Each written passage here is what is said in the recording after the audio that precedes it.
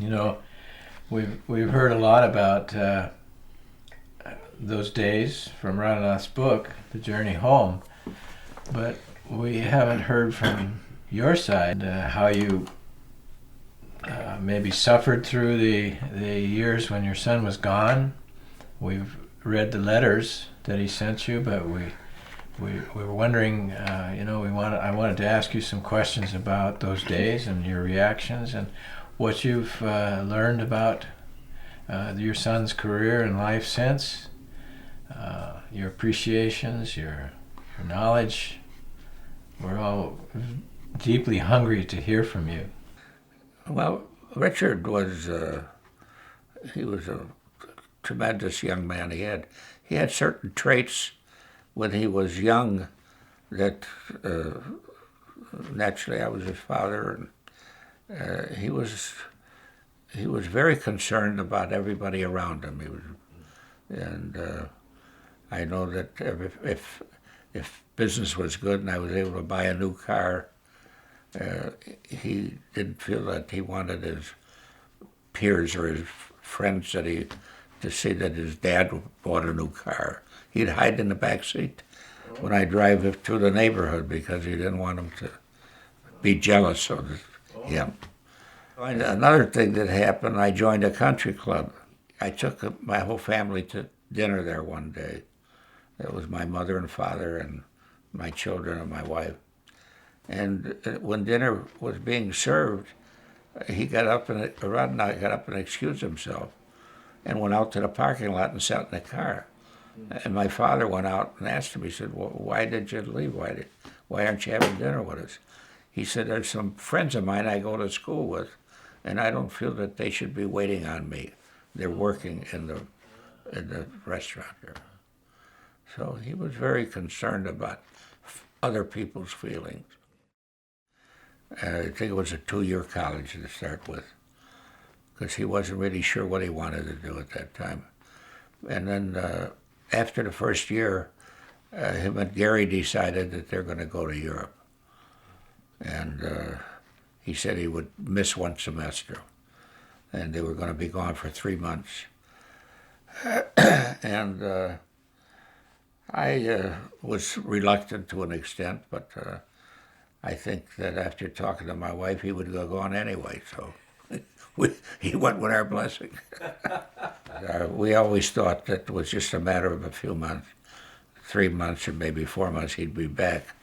But when I got the letter from Iran telling me that he's going to India, and he gave me some of his thoughts that he was looking for something, and it shook me up quite a bit.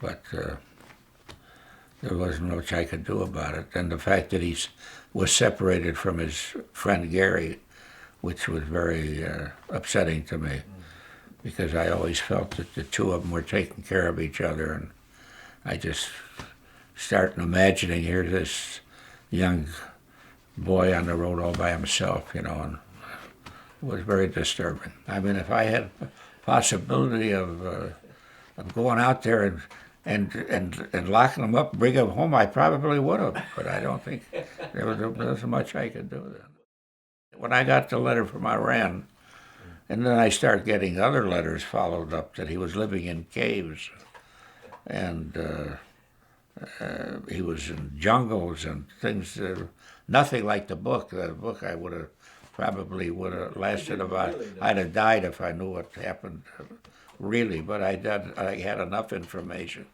to know that he was living in caves, and here's a young man that grew up in a city in America, American life. How's he going to survive in caves? I mean, a matter of survival. And it was 24 hours a day. This was on my mind. I mean, it was a stress that never went away. I mean, it was with me all day, and I'd wake up in the middle of the night dreaming that he came home or that he walked in the house or something. And it was just terrible stressful every day, and that lasted for a couple of years. I tried one time, I went to the embassy I think they call it embassy, downtown. Indian Embassy? Indian Embassy. And I asked him if there's some way I could bring him back, or what could I do? And I told him that he's living in caves. He said, if he's living in caves in India, he said, there's 1 million people. How are we going to find him in a cave? I had a friend of mine that we were lifelong friends. We used to, since we were 10 years old. His first name was Leonard. In fact, Leonard became the closest friend of Frank Sinatra. He became very successful. And him and Frank built homes together in Palm Springs. Oh, yeah. And he came into my office one day and he said his daughter was also in India and he didn't know where she was. Oh. He said, Jerry, he said, I'm going to call Frank, we're going to get his jet, and you and I are going to go to India and we'll find those two guys, my daughter and your son. I said, where were you going to look? My son living in a cave and I don't know where your daughter is. It was very stressful. Now that I look back at it, thank God that it came. Yeah. Well, Every time I would get a letter, it would be, oh, thank God he's still alive. I just was trying to understand him. I mean, I was trying to get inside his head as to what he's thinking about when he's writing these beautiful letters. I mean, I'm not a psychologist or whatever people read these, and I reached out to everybody. Every time I got a letter, my mother, my best friends, my brother at that time was still alive, and my sons. I reached out to everybody. Every time I got a letter, which were not too often, but was it a month or 2 or 3 months, I got another letter. And everybody would have to review the letter and give me an opinion as to what's in his mind, what is he thinking about, and where's he going from here. It wasn't the fact of what he was doing, looking for something. The pain is I was just worried about him. The pain was the worry that he's in a foreign country, among foreign people. God knows, and the book proved that I had plenty of room. If you read the book, you know that I had a lot of room to worry, because look at all these things that happened with the dogs in the quicksand and God knows what other things that happened to him during that trip. But I was imagining a lot of terrible things too. Every day I went to sleep. If he's still alive, is he still out there somewhere? Am I going to hear from him again? And as it proved, it could have been possible under many instances that he would have been just disappeared and I would never have ever heard from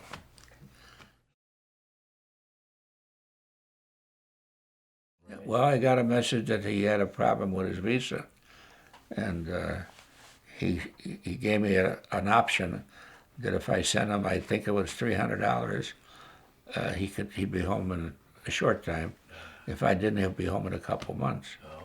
So, but he gave me an address and I think it was some kind of an office to send the money to, and I did. And then I heard from him. It was quite a while. It was probably a couple months. He was in New York. He arrived in New York at the airport, and I says, "Get a plane and go down to Miami because Mother is there." He said, "I don't have any money." I said, "What? I sent you enough money." He said, "I gave it away." When he got off the plane, I don't know. His hair was down. He looked like a caveman, like he had been living in caves. I mean, he was a hippie or whatever you call it. And he was different. He wouldn't sit on the chair. He was sitting on the floor. He wouldn't sleep in a bed. He slept on the floor. And then naturally he was a vegetarian, which was fine. My wife did whatever, But I had no idea, and we talked about it. I said, "What am I going to do? What can we do with him? Can't go back to school like this." But you were so happy to. Oh, I was happy he was there, Accepted But the happiness was there, but there's a problem. You can't send him back to school. You can't go to work. What can we do? But he solved it himself. He said that, I don't remember how long he was with us, a few days, and he said that he had his guru was in New York, and he wanted to go back to New York. And we arranged it. I sent him back to New York. And then he wound up in West Virginia.